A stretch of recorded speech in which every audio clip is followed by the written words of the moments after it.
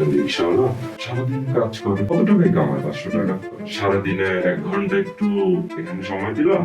হ্যাঁ, আমি একজন সরকারি চাকরিজীবীর 1 মাসে যা বেতন পাই, একদিনে আমি করে অনেক টাকা, 1 মিনিটের ব্যাপার। কিন্তু যখন আমি ধরা খাবো, একদিনে 50,000 টাকা হচ্ছে না, আবার কোনোদিন একটাও কোনো কিছু করতে পারলাম না, প্রশাসনিক চাপ অনেক। ওয়ার্ড অফ মাউথে একটা স্কুল পড়ুয়া, ভার্সিটি পড়ুয়া শিক্ষার্থী জেনে যাচ্ছে কার কাছে ফোন দিলে পাওয়া যাবে। প্রশাসন কি জানে না এই ব্যাপারটা? প্রশাসন জানে না, রিস্কটাও ছিল অনেক বেশি, প্রফিটটাও ছিল অনেক বেশি। জিনিসটা ফার্স্ট হ্যান্ডে 2 টাকা থেকে 5 টাকায় কেনা হলো। ঢাকায় যখন এটা বিক্রি করা হচ্ছে সেটা কত টাকায় বিক্রি করা হচ্ছে? 250 থেকে শুরু, 300, 400। 2 টাকার প্রোডাক্ট 250 টাকায় বিক্রি হচ্ছে। এই লাইফটা আসলে যে আছে সেও চায়, কিন্তু আর কিছু উপায় নাই আমার। আমার নামে বেশ কয়েকটা মামলা আছে, ভালো কিছু এখন যদি করতে হলে আমার একটা নাম আছে, ট্যাগ আছে, ওই প্রশাসনিক একটা চাপ আমার উপরে থেকেই যাবে। ঘরের মানুষ তো, বাবা মা তো ফেলে দিতে পারে না সন্তানকে। নিজের মা বাবা কখনো চাবে না যে না আমার সন্তান নষ্ট হয়ে যাক, মারা যাক। প্রতিটা ব্যবসায় তো প্রতিযোগিতা আছে, প্রতিদ্বন্দ্বী আছে। আপনি কি এই জিনিসটা ডিস্ট্রিবিউট কিভাবে করেন, যে এলাকা ভাগ করা থাকে যে আমার এরিয়ায়? এটাতে হচ্ছে প্রচুর দ্বন্দ্ব, প্রচুর। আগে ছিল একটা থানায় 5 জন, এখন হয়ে গেছে প্রতি রোডে রোডে একজন। আমি বলছি না সে আমাকে জোর করে এটাতে ইনফ্লুয়েন্স করছে, হ্যাঁ করতে হয়তো বা তার কথাই আমি এখানে জড়াই যাই। যা এখন আমরা তো ডাবল নিয়ে আসি, তাহলে আমার প্রফিট হয়তো 1 লাখ হবে। আচ্ছা, পার ডেতে। লোভ, লোভে পাবেন। প্রমোশন কিভাবে করে? মনে করেন একজন ব্যক্তি কিনবে, সে কিভাবে জানবে যে you are the person to knock? Phone জমা দিয়ে ফোনের বিনিময় হলেও তার খেতে হবে। বই রেখে দেয়, বাসার অনেক জিনিসপত্র, ল্যাপটপ, ওটার ওরা করে নিয়ে যায়। আসলে সামর্থ্য হয় না। ফ্যামিলির দিকে তাকালে ওই সময় ওইটাই মনে হয় যে তাদের হাসি, তারা খুশি আছে। সেক্ষেত্রে নিজের এই জিনিসটাই, বিবেক জিনিসটা, এটা বিসর্জন দিতে হয়। কিন্তু ফ্যামিলি কি আসলে খুশি থাকে? এমন কি কোনো মা বাবা আছে যে সন্তানের মাদক বিক্রি করা টাকা নিয়েও তারা খুশি? কোনো একটা ঘটনা বলবেন কিভাবে ধরা খেলেন? একটা স্কুল পড়ুয়া, কলেজ পড়ুয়া ছাত্র জানে কোন রোডে, কোন রাস্তায়, কখন দাঁড়ালে কোন মাদকটা পাওয়া যাবে, কত টাকায় বিক্রি হচ্ছে। আর আমাদের আইন শৃঙ্খলা বাহিনীর কাছে এই তথ্য নেই, এই ব্যাপারটা আমি কোনোদিনই বিশ্বাস করব না। আমরা যখনই কোনো একটা অন্যায় কিছু করি, মানুষের সামনে আমরা একরকম প্রিটেন্ড করি, কিন্তু নিজেকে তো একটা বুঝ দিতে হয়। দিন শেষে যখন আমরা ঘুমাতে যাই, সবাইকে তো ঘুমাতে যেতে হয়, তখন নিজেকে বুঝ দিতে হয় যে আমি কেন এই কাজটা করছি। আপনি নিজেকে আসলে কিভাবে সামলান, মানে বিবেকের সামনে যখন দাঁড়ান, নিজের সাথে কিভাবে ফেস করেন বা নিজেকে কি লজিকটা দেন? দর্শক, আজকে আমরা যার সাথে কথা বলবো তার নাম আমি নিজেও জানি না। আমি এটাও জানি না তিনি দেখতে কেমন, এবং আমি এটাও জানি না তিনি কোথায় থাকেন। আমার কাছে তিনি হচ্ছেন একজন সত্তা যিনি মাদক বিক্রি করেন। হ্যাঁ দর্শক, ঠিক শুনেছেন। কিছুদিন আগে ঢাকা শহরের কোনো একটি গলি দিয়ে কোনো একটি কাজে আমি যাচ্ছিলাম, এমন সময় মুখ ঢাকা একজন ব্যক্তি এসে আমাকে জিজ্ঞেস করলো যে ভাই, মাদক লাগবে কিনা। আমি তখন তাকে বললাম, না ভাই, মাদক লাগবে না, আমার একটা গল্প লাগবে। এরপরে কয়েক দফা টেলিফোনে আলোচনার পরে অবশেষে তিনি আমাদের সাথে কথা বলতে রাজি হয়েছেন। তার আগে আমি বলে রাখি যে কোনোভাবেই এখান থেকে কোনো শিক্ষা গ্রহণ করবেন না। একটা ডিসক্লেমার দিয়ে দিচ্ছি, আমরা কোনোভাবেই মাদক বিক্রিকে গ্লোরিফাই করছি না। যা হচ্ছে অন্যায় হচ্ছে। আমরা অনেক সময় দেখি যে 5 লাখ মাদকসহ ধরা পড়েছে। আসলে কিভাবে এই মাদক পাচারটা হচ্ছে, কারা করছে, কারা কিনছে, এই গল্পগুলো জানবো আজকের প্রজাতান্ত্রিক পডকাস্টে। আপনাদের সাথে আছি আমি আশ্বাস চৌধুরী।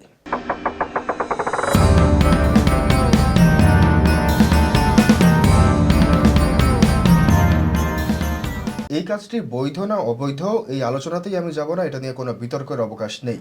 আমাদের সংবিধান বলছে এটা একটি অবৈধ কাজ, আমাদের ধর্ম বলছে এটা একটি নিষিদ্ধ কাজ, এবং এথিক্যাল মূল্যবোধের জায়গা থেকেও কাজটি কোনোভাবেই গ্রহণযোগ্য নয়।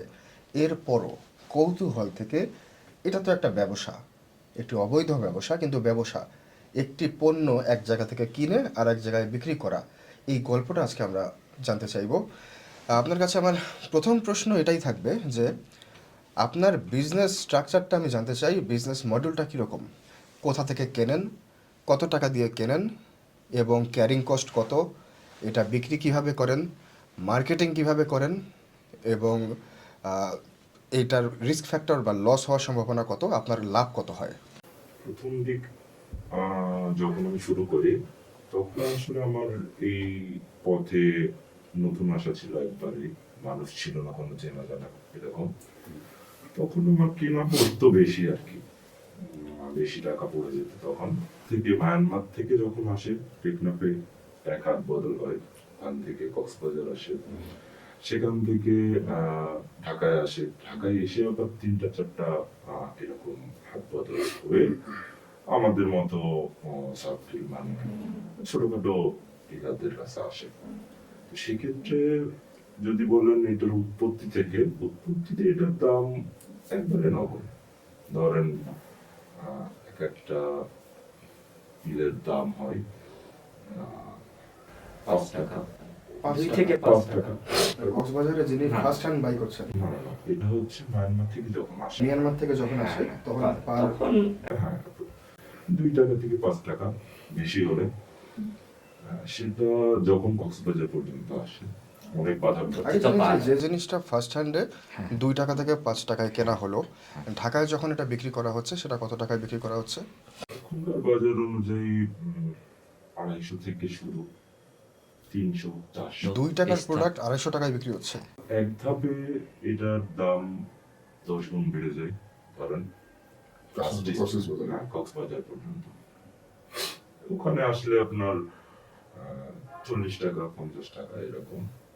ওখান থেকে যদি আপনি পারচেস করেন হিউজ পরিমাণ, যেটা দেখা গেল 500, 1000 এরকম।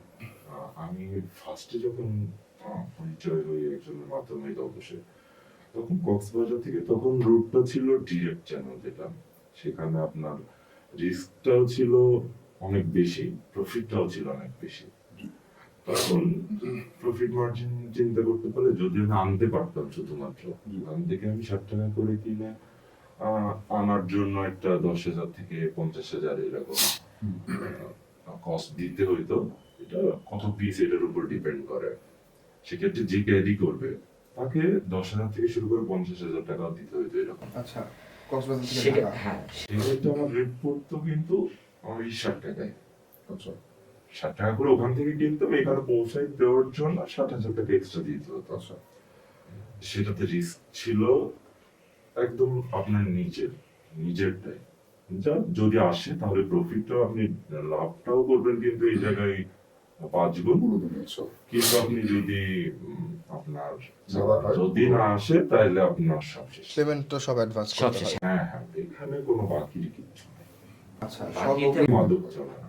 আপনার প্রোডাক্ট আপনার কাছে আসুক বা না আসুক, আপনাকে ওখানে এটা বিশ্বাস আমাকে করতে হবে তাকে। সে যদি বিশ্বাসের দাম না রাখে আমাকে বিশ্বাস করতে হবে। এখন চ্যানেলটা ভাগ হয়ে গেছে কুমিল্লা পর্যন্ত। আচ্ছা, কুমিল্লাতে এই জিনিসটা এসে স্টক হয়, আচ্ছা। স্টক হয় যে কোনো ভাবে। সেক্ষেত্রে রেটটা এখানে আবার কিন্তু আমি কুমিল্লা থেকে কিনতে গেলে আমি 100 টাকা, 110 টাকা, এই জায়গায় আবার আপনি ফার্স্ট যেরকম বলছিলাম আমি যে রিস্কটা ছিল 100%, সেই অর্থে এখানে হচ্ছে আপনার লাখ 50-50। আচ্ছা, কারণ সবথেকে চ্যালেঞ্জিং চেকপোস্টটা হচ্ছে চিটাগং। তো ওখান থেকে ওরা পার করে কুমিল্লা পর্যন্ত। এখন আমি যদি কুমিল্লা থেকে নেই সেক্ষেত্রে রেটটাও পড়তেছে 100 টাকা, 110 টাকা। এখানে আসলেই যে আমি সেভ না, আমি ফ্রি ভাবে ওপেনলি দোকানে সেল করতে পারবো এরকম তো না।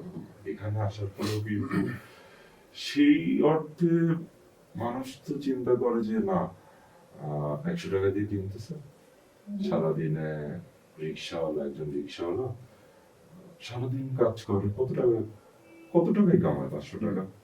আর 5টা ট্যাবলেট যদি দিয়ে দেয় সেখানে কিন্তু 150 টাকা করে লাভ হইলো, 250 টাকা করে অনেক টাকা, 1 মিনিটের ব্যাপার। কিন্তু যখন আমি ধরা খাবো তখন কিন্তু আমার জেল থেকে শুরু করে জেলটা বড় কথা না, আমার পুরো লাইফ স্টাইল থেকে আমার পুরো সবকিছু চেঞ্জ হয়ে যাবে, আমার সবকিছু থেমে যাবে। সেটা হতে পারে 1 বছরের জন্য, 2 বছরের জন্য। আমি 2 মিনিটে 1,000 টাকা ইনকাম করতে পারছি, কিন্তু আমি আবার 2 বছর কোনো কিছু ইনকাম করতে পারছি না। প্লাস শরীরের উপর দিয়ে তো যাই মানসিকভাবে চিন্তা করলে কিন্তু এটা যে খুবই, মানুষ ভাবে যে না, এটা যেভাবে আসা আর কি, আমার খুব কম পরিশ্রমে খুব প্রফিট। ফার্স্টে মানুষজন যেটা চিন্তা করে যে না, সারাদিনে 1 ঘন্টা একটু এখানে সময় দিলাম, হ্যাঁ আমি একজন সরকারি চাকরিজীবীর যে 1 মাসে যা বেতন পাই সেটা আমি কিন্তু 3-4 দিনে, আবার কোনোদিন একদিনে আমি করে বাকি 29 দিন ঘুমাবো। আচ্ছা, কিন্তু এটা একটা নেশা। এটা আমি যদি প্রতিদিন 50,000 টাকা ইনকাম করি, 50,000 টাকা, আমার ইচ্ছা করবে না, যত সময় আমার কল আসবে তত সময় আমি দিয়ে দেবো। আপনাদের ডিস্ট্রিবিউশনটা কিভাবে হয়? আপনাদেরকে কল দেয়, প্রমোশন কিভাবে করে? মনে করেন একজন ব্যক্তি কিনবে, সে কিভাবে জানবে যে you are the person to knock? আমি যারা এটা নেয়, হ্যাঁ, তাদের কাছে তো এটা ভালো খারাপ অনেক ব্যাপার আছে। তো আমার এটাকে স্যাটিসফাইং লাগলো, হ্যাঁ। তো তখন আপনার মতো, সাপোজ আপনার মতো আরো 2-3 জন আছে, আমি বললাম যে না, আমি ওনার থেকে নিয়েছি, ওটা ভালো ছিল। এইভাবে আর কি মার্কেটিং, এইটা মার্কেটিং বুস্ট লেভেল হচ্ছে 100-এ। ওটা কি অ্যামাউন্টে আপনি কেনেন? সেল কি পরিমাণে হয় প্রতিদিন কিংবা সাপ্তাহিক বেজে? আপনার কোনো এরকম খতিয়ান আছে কিনা? ওই যে বললাম, হয়তোবা একদিনে 50,000 টাকাও হচ্ছে, আবার কোনোদিন দেখা যাচ্ছে একটাও কোনো কিছু করতে পারলাম না, প্রশাসনিক চাপ অনেক, বাধ্য হয়ে আমাকে আমি বাসায় থাকলাম না। আচ্ছা। আমাদের নর্মালি নিজের বাসার থেকে বাইরেই বেশি থাকা হয়। জিনিসটা তো কোথাও স্টক করতে হয়। তো একবারে কি পরিমাণ কিনে আপনি স্টক করেন? কত টাকার ইনভেস্টমেন্ট? ইনভেস্টমেন্ট, প্রথমত ইনভেস্টমেন্টটা বেশি করা লাগতো, সেই ক্ষেত্রে সবগুলো আমি তখন পরিচিত কম ছিল তো, আর তখন মুখের কথাই এখন যেরকম পাই, আমি 10,000 পিসের টাকা দিলাম, আরো আমাকে 5,000 পিস দেয় যে বিক্রি করে ও টাকা দিবে। আচ্ছা, আচ্ছা। কিন্তু প্রথম দিকে কিন্তু আমি আগে টাকা পাঠাইতাম, তারপরেও আমি চিন্তায় থাকতাম আসবে কি আসবে না। এখন সেই জিনিসটা নাই তো, আর এটাতে যা আসে বিভিন্ন জায়গায় দিতে হয়, প্লাস কস্টিং তো আছে, বেশি হিসাব করা যায় না আর কি, কত থাকলো কত না থাকলো ওগুলো হিসাব করা হয়নি আর কি। ওয়ার্ড অফ মাউথে একটা কৌতূহল থেকে জানতে চাচ্ছি, কোনোভাবে ব্যাপারটা নিয়ে আমি গ্লোরিফাইংও করছি না, আবারও বলছি, এবং আপনাকে আবার আহত করেও কোনো লাভ নেই। আমি শুধু ইনফরমেশন, রাইট টু ইনফরমেশনের জন্য জানতে চাচ্ছি যে ওয়ার্ড অফ মাউথে একটা স্কুল পড়ুয়া, ভার্সিটি পড়ুয়া শিক্ষার্থী জেনে যাচ্ছে কার কাছে ফোন দিলে পাওয়া যাবে, প্রশাসন কি জানে না এই ব্যাপারটা? প্রশাসন জানে না এমন কিছু না। আসলে শুরু করলেন কিভাবে, মানে কেন মনে হলো যে আমি মাদক বিক্রি করব? আমি বাইরে ছিলাম, দেশের বাইরে? হ্যাঁ দেশের বাইরে ছিলাম, আর সেই জার্নিটা অনেক কঠিন ছিল। সবকিছু একবারে লাস্ট সবকিছু শেষ করে, ফ্যামিলির অবস্থা এরকম বেশি ভালো না তো, দালালের খপ্পরে যাই হোক, বছরখানেক ওখানে টিকতে পারি, তারপর আবার আমাকে দেশে ফেরত আসতে। কিন্তু আমি যে ঋণ করে গেছিলাম সেটা আমি না মিটানোর, মানে মিটানোর আগে আমার চলে আসতে হয় দেশে। তারপরে আমি যে কোনো কিছু করবো, নতুন একটা শুরু করবো, একটা ইনভেস্ট তো দরকার থাকে, ওই ইনভেস্টের টাকাটা আমার ছিল না। তখন আমার আশেপাশের কোনো একজন মানুষ আমি বলছি না সে আমাকে জোর করে এটাতে ইনফ্লুয়েন্স করছে, হ্যাঁ করতে হয়তো বা তার কথাই আমি এখানে চড়াই যাই। সে আমাকে লিঙ্কটা দেয় যে সেও আর কি ব্যবসায়ী। তো ওইভাবে আর কি প্রয়োজনের তাগিদে শুরু করা, আর এখন বলতে পারেন অভ্যাস। ঠিক আছে, এখন আপনি বললেন যে এমনও হয় যে দিনে 50,000 টাকাও লাভ হতে পারে। ধরেন 50,000 টাকা লাভ হলো, কিংবা টোটাল অ্যাসেট আপনার কোনো মাসে অনেক বেশি হলো, তো এই টাকাটা পাওয়ার পরে আপনার মনে হয়েছে না যথেষ্ট হয়েছে, আর না এই রিস্ক, পুলিশে ধরা খাওয়ার ভয়, এগুলো আমি আর সহ্য করবো না, আমি এখন হালাল কিছু করি, ছেড়ে দেওয়ার কথা কখনো ভেবেছেন কিনা?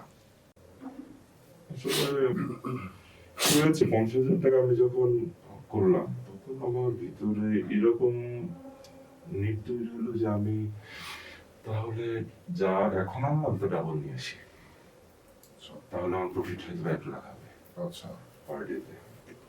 লোভ, লোভে পাপ। ঠিক আছে, আপনি কি মনে করেন আপনার এই পুরো ব্যবসাটা নিয়ে আপনার পয়েন্ট অফ ভিউ কি? আপনি যে কাজটা করছেন, অবশ্যই অবৈধ, অবশ্যই হারাম, কিন্তু আর কিছু উপায় নাই আমার করার। উপায় নয় করাতে এখন আমার নামে বেশ কয়েকটা মামলা আছে। আমি ভালো কিছু এখন যদি করতেও যাই, আমার একটা নাম আছে, ট্যাগ আছে। আচ্ছা, চাইও কোনো কিছু করতে, ওই প্রশাসনিক একটা চাপ আমার উপরে থেকেই যাবে, বার্ডেন বলে নিব। এখন নয় আমি এটা সেল করতেছি, প্রশাসনিক চাপগুলা সামলাইতে পারতেছি, তখন আমি কিভাবে সামলাবো এগুলা? এটা তো একটা হিউজ অ্যামাউন্ট। আচ্ছা আমার তখন আসলে সামলানো সম্ভব হবে না। সো এটা একটা ট্র্যাপ, এটাতে একবার আপনি ফেসে গেলে বের হওয়া মানে ওখানে ঢোকার রাস্তা আছে, বেরোবার কোনো পথ নাই, এটা এমন একটা ট্র্যাপ।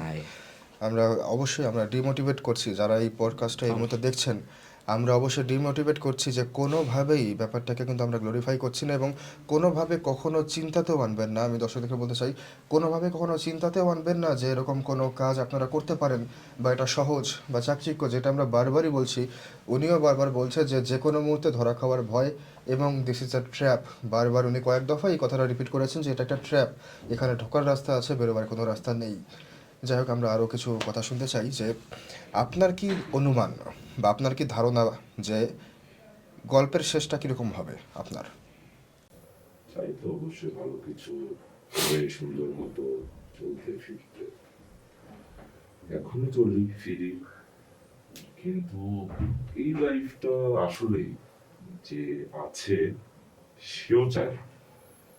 কারণ এখানে আপনার হয়তো বা আপনি আইফোন ইউজ করতেছেন, আপনি একটা প্রাইভেটে চড়তেছেন, কিন্তু আপনার ওই আপনাকে মানুষজন কিছু বলছে না হয়তো। বুঝতে পেরেছি। আপনি বললেন যে একাধিক মামলা আছে আপনার বিরুদ্ধে, তো আপনার পরিবারে কতজন আছে এই প্রশ্ন আমি জিজ্ঞেস করব না, আমি শুধু জিজ্ঞেস করব যে যারা আছেন তারা যখন জেনেছেন যে আপনি এটার সাথে জড়িত, তাদের রিয়াকশন কীরকম ছিল, এবং তাদের এখন তাদের রিয়াকশন কীরকম? প্রথম দিকে অবশ্যই কোনো পরিবারই চায় না, অবশ্যই চায় না, মানতে নারাজ, যার ফলে আমাকে বাসা থেকে বের করে দেওয়া হয়েছে। তাই ছিলাম, ঘরের মানুষ তো, বাবা মা তো ফেলে দিতে পারে না সন্তানকে। সন্তান যদি খুন করেও আসে অথবা আর্থেও বড় কোনো কাজ করে আসে, নিজের মা বাবা কখনো চাবে না যে না আমার সন্তান নষ্ট হয়ে যাক, মারা যাক। এটা কিন্তু ওই যে বললাম, এটা ছাড়া আমার তো এখন সবকিছু থেমে যাবে, পরিবার থেকে শুরু করে সবকিছু আমার। আপনাদের পারিবারিক স্ট্যাটাস কীরকম ছিল ব্যবসায় আসার আগে? এটা যদি ধারণা দেওয়া যায়, কোনো ডিটেলস না বলে। ক্যাশ টাকা ছিল না, বাট থাকার জায়গা আছে। আচ্ছা তাহলে আমি এখন পর্যন্ত যেটা বুঝলাম যে কয়েকটা স্তর আছে এই মাদকটা সরবরাহের, যেটা মিয়ানমার থেকে জার্নিটা শুরু হয়, কক্সবাজার থেকে ঢাকা, কুমিল্লা, কয়েক ধাপে আসার পরে ঢাকায় যখন জিনিসটা ঢোকে, সেই জিনিসটা কি সরাসরি আপনার কাছে আসে নাকি আপনাকেও ঢাকা থেকেও আবার কয়েকটা লেয়ার আছে এখানে? ঢাকায় 2টা থেকে 3টা লেয়ারের পরে আমার মতো আচ্ছা আমার দিকেও নিচে যায়। মানে আপনি কি একদম রোড সাইড ডিস্ট্রিবিউটর? বুঝলাম বুঝলাম। একবারে না, আমার থেকেও আছে এক দুই আচ্ছা। স্টেজ নিচে বললাম তো। তো এই লেয়ারটা সম্পর্কে যদি একটা ধারণা দেওয়া যায়, ঢাকায় একজন ব্যক্তি আসলো, সে কত পিস নিয়ে আসলো বা কত টাকার জিনিস নিয়ে আসলো? কত পিস না, এটা আসে কত লক্ষ পিস। কত লাখ পিস? এবং সব সেল হয়? একটা থানার কথাই বলি, সেখানে একটা, ওখানে আপনার পার ডেতে না হলেও 50,000 পিস সেল হয়। একটা থানায় এরকম থানা আছে কতগুলো ঢাকাতে শুধু, শুধু ঢাকাতে না। আনুমানিক, আমি জানি এটা সঠিক সংখ্যা হয়তো বা অনুমান করাও কঠিন হয়ে যাবে, বা আমি যদি আপনার কাছ থেকে শুনি আমার জন্য ব্যাপারটা হজম করাও হয়তো বা কঠিন হয়ে দাঁড়াবে। প্রতিদিন বাংলাদেশে এই মাদকের কীরকম ব্যবসা হয়, কত টাকার আদান প্রদান হচ্ছে আনুমানিক? এটা আসলে আমার হিসাব, আমার যদি 50,000 টাকার সেল আমি করতে পারি, আমার মতো একদম লাস্টের সারি একজন ডিলার, তাহলে চিন্তা করেন আপনি কত কোটি টাকার বিজনেস হচ্ছে। আমি যদি 50,000 টাকা একদিনে প্রফিট করতে পারি সেল, তাহলে এই হিসাবটা আমার মনে হয় আপনি ভালো করতে পারবেন। পুলিশ ছাড়াও আপনাদের তো প্রতিটা ব্যবসায় তো প্রতিযোগিতা আছে, প্রতিদ্বন্দ্বী আছে। আপনি কি এই জিনিসটা ডিস্ট্রিবিউট কিভাবে করেন, যে এলাকা ভাগ করা থাকে যে আমার এরিয়ায় আমি বিক্রি করবো এই ধরনের থাকে? এটাতে হচ্ছে প্রচুর দ্বন্দ্ব, প্রচুর। এই এটা হচ্ছে আগে ছিল একটা থানায় 5 জন, এখন হয়ে গেছে প্রতি রোডে রোডে একজন করে। আচ্ছা কারণ এখানে প্রফিট অনেক, ঘরে রেখে দিলা যদি ধরো না রেখে দিলা, আর যদি পলিটিক্যাল একটু সাপোর্ট থাকে প্লাস সবকিছু মিলায়, তাহলেই আপনি করতে পারবেন। আচ্ছা সেক্ষেত্রে হিউজ প্রতিদ্বন্দ্বিতা, হিউজ রিস্ক এই ক্ষেত্রে। পলিটিক্যাল সাপোর্ট মানে আমি জানতে চাচ্ছি যে গেল 16 বছরে এই ব্যবসায় আপনার আপনার শুধুমাত্র আপনার কথাটাই ধরছি, পলিটিক্যাল অ্যাঙ্গেলটা আসলে কি এখানে? পলিটিক্যাল যে কর্মীগুলা, পলিটিক্যাল ইস্যুটা মেইনলি, আমি বলছি না যে আপনার এমপি মন্ত্রী এরা তো একজন দুইজন, কিন্তু আপনি একটা এমপি মন্ত্রীর আপনার সমাবেশে গেলে দেখবেন সারা রাত মিছিল হচ্ছে, মিটিং হচ্ছে, কর্মী শোডাউন দিচ্ছে, শীত নাই, গ্রীষ্ম নাই, আপনি 10,000 5,000 কর্মী বাইক নিয়ে শোডাউন দিচ্ছে, যাচ্ছে। এই কর্মীদের চাঙ্গা রাখতেও আচ্ছা তাহলে ইউজার লেভেলে আপনি বলছেন প্রচুর পরিমাণে সেল হয় এই জিনিসটা, তাহলে ইউজার লেভেলে জিনিসটা কি খুব, এর ক্রেতা আসলে কারা? এবং আমি যতদূর বুঝি যে একজন যারা মাদক সেবী আছে, তো সবসময় প্রতিদিন তো আর মাদকের টাকা, যে মাদক সেবন করে তার কাছে তো প্রতিদিন টাকা থাকা সম্ভব না। তাহলে এই যে তাদের এন্ড থেকে চ্যালেঞ্জটা কীরকম, কারা মূলত এই জিনিসটা কিনছে এবং তারা এত টাকা কোথায় পাচ্ছে? আমার পার্সোনাল অনেক এরকম আমি ফেস করছি আর কি। হঠাৎ করে আমার কাছ থেকে নিয়মিত আর কি এরকম হুট করে এসে আমাকে বলছে যে ওর ফোনটা আমার কাছে দিয়েছে, ফোন ফোন ও নিজে ইউজ করতেছে, ফোনটা আমার কাছে দিল যে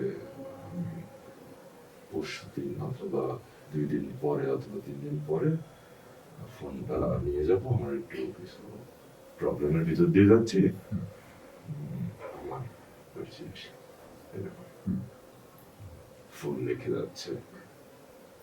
ফোন জমা দিয়ে ফোনের বিনিময় হলেও তার খেতে হবে। আচ্ছা ফোন আছে, মানুষ ঘড়ি রেখে দেয়, এরকম টাইপসের, মানে বাসার অনেক জিনিসপত্র, ল্যাপটপ রেখে যাচ্ছে বলতে, হ্যাঁ, ওটার ওরা পরে নিয়ে যায়। আর তাদের আসলে সামর্থ্য হয় না, কারণ আজকে ফোনটা রেখে যে সে হয়তো বা চিন্তা করছে যে আমি 2 দিন পরে নিয়ে যাব, আলটিমেটলি সে দেখা গেল 10টা নিল, হ্যাঁ? সে আবার সকালে নিল, রাত্রে আবার আসছে, এসে আবার 5টা নিল। আমার কাছে তো তার একটা অ্যামাউন্ট আছে, আমি দিতে বাধ্য। না দিলে হয়তো বা ও অন্য কোথাও যাবে, সেক্ষেত্রে কিন্তু আমি দিচ্ছি কেন, না দিলেও আমার কাছে। আর ও নিচ্ছে 10টা নিল, 15টা নিল, 15টা কিন্তু এইভাবে রাখতে রাখতে এরকম অনেক কিছু। আর ফোনের যায় দামটা না। ক্রস হয়ে যায়।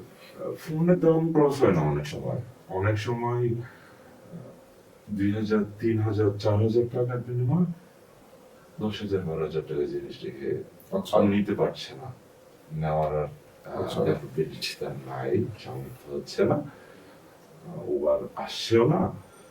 হয়তো বা জিদের মাথায় বলতেছে যে আচ্ছা ঠিক আছে, আমাকে আর 5টা দাও, আর নিব না। এটা তো মুখের কথাই সবকিছু। ফ্যামিলিতেও অনেক অকারেন্স ঘটাচ্ছে না, এরকম অনেক উদাহরণ আছে যে বাসা থেকে স্বর্ণলঙ্কা নিয়ে আসতেছে, বাসা থেকে? গহনা নিয়ে আসতেছে, আচ্ছা আচ্ছা। বিক্রি করে দিচ্ছে। মায়ের অথবা বোনের গহনা নিয়ে আসছে চুরি করে নিয়ে এসে সেটা দিয়েও সে এটাতে যাচ্ছে। চিন্তায় চুরি, এটা তো অহরহে নর্মাল জিনিস, তাদের কাছে তো এটা নর্মাল জিনিস।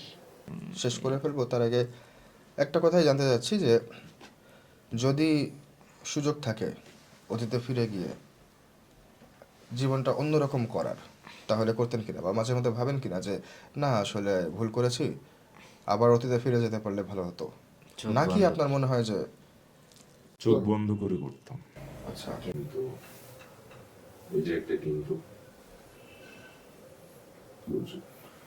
আপনি তো জানেন এটা একটা অবৈধ কাজ, এবং আপনি তো এটাও জানেন যে আপনি একটা অন্যায় করছেন, ক্রাইমের সাথে যুক্ত।